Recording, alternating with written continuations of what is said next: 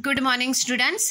10th वाले बच्चे, सिद्धि हिंदी विद्यालय के इस ऑनलाइन क्लासेस में आपका हार्दिक स्वागत है। अब बच्चों यहाँ पे हमारा ये जो लेसन चल रहा है व्याकरण के भीतर समास। तो समास में यहाँ पे सबसे पहले तो समास का अर्थ क्या होता है, संक्षेप, छोटा सा हिस्सा। समास की परिभाषा यहाँ पे पंडित कामता प्रसाद गुरु ने बताई कि दो या दो से अधिक शब्दों को किस प्रकार से यहाँ पे परस्पर संबंध बतलाने वाले शब्दों अर्थात प्रत्ययों का लोप हो जाना, उसे क्या कहा जाता है, समास। विभिन्न शब्दों के समूह को संक्षिप्त बनाकर समस्त पद कहलाता है। यहाँ पे मैंने आपको उदाहरण भी बताया था, त्रिफला। त्रिफला यानी 3 फल, तो 3 यहाँ पे पूर्व पद है और फल अंतिम शब्द है तो वो उत्तर पद है। पूर्व पद पहले पद को कहते हैं, उत्तर पद अंतिम पद को कहते हैं। समास में ज़्यादातर 2 पदों का योग होता है। इसके साथ साथ यहाँ पे जो प्रत्यय होते हैं, विभक्तियाँ होती है, उसका भी लोप हो जाता है। लोप होना यानी गायब होना। यहाँ पे हिंदी भाषा के भीतर समास के 6 प्रकार है। तत्पुरुष समास, द्वंद्व समास, द्विगु समास, कर्मधारय समास, बहुव्रीहि समास और अव्ययी भाव समास। तो बच्चों यहाँ तक करीबन हमने देखा था। अब यहाँ से सबसे पहला समास हम देख लेते हैं, तत्पुरुष समास। अब तत्पुरुष समास की परिभाषा क्या है, सबसे पहले वो हम देख लेते हैं। बच्चों यहाँ पे वापस मैं दोहरा रही हूँ कि जिसके पास कॉपी नहीं है उसको कॉपी बनानी पड़ेगी। ये जो मैं बता रही हूँ वीडियो में वो आपको लिखना पड़ेगा कॉपी में। और जिसके पास 9th की कॉपी है वो अपने 9th की कॉपी में अगर समास लिखे हुए हैं तो बनाने की ज़रूरत नहीं है। अब यहाँ पे समास जो तत्पुरुष समास जो पहला प्रकार है समास का, उसकी परिभाषा देख लेते हैं। ध्यान दीजिएगा बच्चों यहाँ पे। तो तत्पुरुष समास किसे कहते हैं, जहाँ उत्तर पद प्रधान होता है, उत्तर पद यानी पहला पद, तथा पूर्व पद गौण, गौण यानी कि जिसको ज़्यादा महत्व नहीं होता वो। जहाँ उत्तर पद प्रधान होता है, प्रधान यानी मुख्य, तथा पूर्व पद गौण होता है, उस समास में 2 पदों के बीच आने वाले कारक चिन्ह का लोप हो जाता है, वहाँ तत्पुरुष समास होता है। वापस एक बार दोहरा रही हूँ बच्चों, ध्यान दीजिएगा। जहाँ उत्तर पद यानी पहला पद प्रधान यानी मुख्य होता है, तथा पूर्व पद यानी पीछे का जो अंतिम पद है वो गौण, गौण यानी मामूली पद होता है, तब उस समास के बीच में जो कारक चिन्ह लगाया जाता है उसका लोप हो जाता है, उसे क्या कहते हैं, तत्पुरुष समास। ठीक है। अब यहाँ पे तत्पुरुष समास के कुछ एक उदाहरण दिए गए हैं। अब यहाँ पे जैसे कि शब्द दिए गए हैं, ये शब्दों का सबसे पहले विग्रह करते हैं। तो विग्रह का भी अर्थ मैंने बताया था, विग्रह यानी तोड़ना। ठीक है। तो यहाँ पे देखो ये शब्द लिखा हुआ है। सबसे पहले यहाँ पे शब्द कौन सा है, विद्यालय। कौन सा है, विद्यालय। जिसे परीक्षा में आपको क्वेश्चन पेपर में बताया जाता है बच्चों कि जैसे कि समास का विग्रह करके उसका प्रकार बताया, सामासिक पद का विग्रह करके समास का प्रकार बताइए।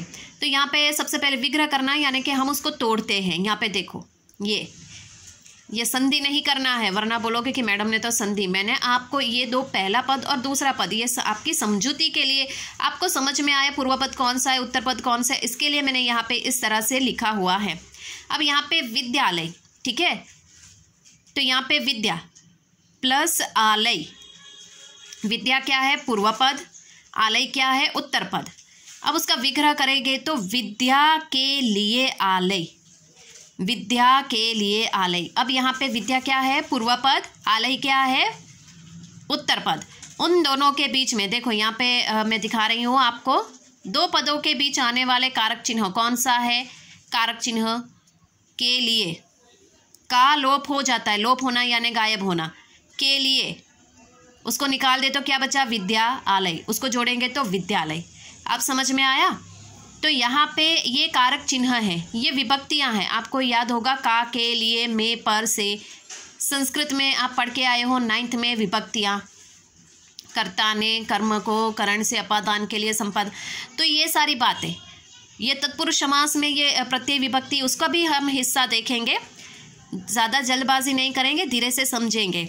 तो विग्रह करेंगे तो यहाँ पे अब जैसे कि विद्यालय लिखा है तो मैंने उसका विग्रह किया है यहाँ पे विद्या के लिए आलय। तो के लिए किस में आता है? तत्पुरुष समास में।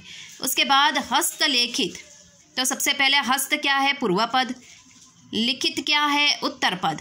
ठीक है, उसका विग्रह करेंगे तो हस्तलिखित का विग्रह करेंगे तो हाथों से लिखित, हाथों से लिखित, हाथ पूर्व पद, लिखित उत्तर पद, दोनों पदों के बीच में प्रत्यय विभक्ति कौन सी है? से। का के लिए, में पर से। तो के लिए और से किस में आता है? तत्पुरुष में। ठीक है, जितनी भी विभक्ति है का के लिए, में पर से, द्वारा, अनुसार, ये सब किस में आएगा? तत्पुरुष समास में। अब मैं सिर्फ तत्पुरुष समास के यहाँ पे आपको उदाहरण बता रही हूँ। हाँ बच्चों, उसके बाद रसोई घर, तो रसोई क्या हुआ? पूर्व पद, घर क्या हुआ? उत्तर पद। विग्रह करेंगे रसोई के लिए घर, रसोई के लिए घर। तो यहाँ पे के और लिए क्या है? विभक्ति, प्रत्यय। तो ये रसोई घर कौन सा शब्द में आएगा? समास का कौन सा प्रकार है? तत्पुरुष समास। उसके बाद राजकुमार, तो राजकुमार किससे कहते? जो राजा का पुत्र होता है। तो राजा क्या हुआ? ये शब्द पूर्व पद, कुमार क्या हुआ? उत्तर पद। विग्रह करेंगे तो राजा का कुमार, तो का क्या हुआ? यहाँ पे उसका प्रत्यय है, ये विभक्ति, लोप हो जाता है। लोप होने के कारण, लोप होना यानी गायब हो जाता है, तो वापस वही शब्द बन गया ना, राजकुमार। ठीक है, अब समझ में आया? तो का के लिए, में पर से, अनुसार, ये तत्पुरुष समास में आपको याद रखना है, विभक्ति का लोप हो जाता है। ठीक है, उसके बाद अकाल पीड़ित, अकाल पीड़ित, तो उसमें अकाल क्या है? पूर्व पद, पीड़ित क्या है? उत्तर पद। विग्रह करो अकाल से पीड़ित, यहाँ पे लिखने में थोड़ी गड़बड़ी है। ठीक है, अकाल से पीड़ित, तो यहाँ पे अकाल क्या हुआ? पूर्व पद, पीड़ित क्या हुआ? उत्तर पद। तो अकाल से पीड़ित, तो अकाल और पीड़ित दो पद है, उसके बीच में से प्रत्यय है, विभक्ति है। ठीक है ना, उसका लोप हो जाता है, तो वापस बन गया ना हमारा पहला वाला शब्द अकाल पीड़ित, और से विभक्ति है। ठीक है ना, तो यहाँ पे ये समास के कौन से प्रकार में आएगा? तत्पुरुष समास में। आगे मैंने और भी उदाहरण लिखे हैं। ध्यान मग्न, ध्यान क्या है? पूर्व पद, मग्न क्या है? उत्तर पद। विग्रह करो बच्चों, ध्यान में मग्न, तो ध्यान पूर्व पद, मग्न उत्तर पद, दोनों पदों के बीच में कौन सा है? में क्या है? प्रत्यय या विभक्ति। ठीक है ना, उसका लोप हो जाता है। तो तत्पुरुष समास में बच्चों आपको क्या याद रखना है? ज़्यादातर विभक्तियाँ का के लिए, में पर से, जो आप संस्कृत में पढ़ के आए हो, बस वही विभक्ति तत्पुरुष समास में आती है। जब आपको शब्द दिया जाता है बच्चों, तो पहले उसका विग्रह करो। कोई भी शब्द है, आप उस शब्द को विग्रह करो, फिर विग्रह करोगे तब आपके समझ में आएगा वो कौन से प्रकार में आता है, तो आप परीक्षा में लिख पाओगे। ये बहुत सरल है, ये कोई परेशानी वाला काम नहीं है, बस उसको थोड़ा सा यहाँ पे दिमाग के ऊपर जोर देना है। अब यहाँ पे तत्पुरुष समास के उपभेद, वैसे बच्चों ये परीक्षा में ज़्यादा मतलब ये पूरा विस्तार से आपको तो सिर्फ ये शब्द ही दिए जाएंगे। कोई भी शब्द पूछेंगे, सामासिक पद का विग्रह करके समास पहचानिए, तो इस तरह से आपको विग्रह करना है। और फिर वो कौन से समास के प्रकार में आता है कि जैसे तत्पुरुष में आता है, अव्ययी में आता है, बहुव्रीहि में आता है, मैं आपको बताऊंगी भी उसके कुछ एक उदाहरण लिखकर, और फिर आपको होमवर्क में भी दूंगी ताकि आपको पता पड़े कि किस तरह से हमें करना है। वैसे तो आप 9th में भी करके ही आए हो। तो तत्पुरुष समास के उपभेद कौन से? का के लिए, में पर से, ये विभक्ति ही है। तो बच्चों आज के इस वीडियो में हम तत्पुरुष समास हमने देखा, एक एक ही हम यहाँ पे एक एक वीडियो में एक एक समाज के भेद को ही समझेंगे, ज़्यादा आगे नहीं भागेंगे।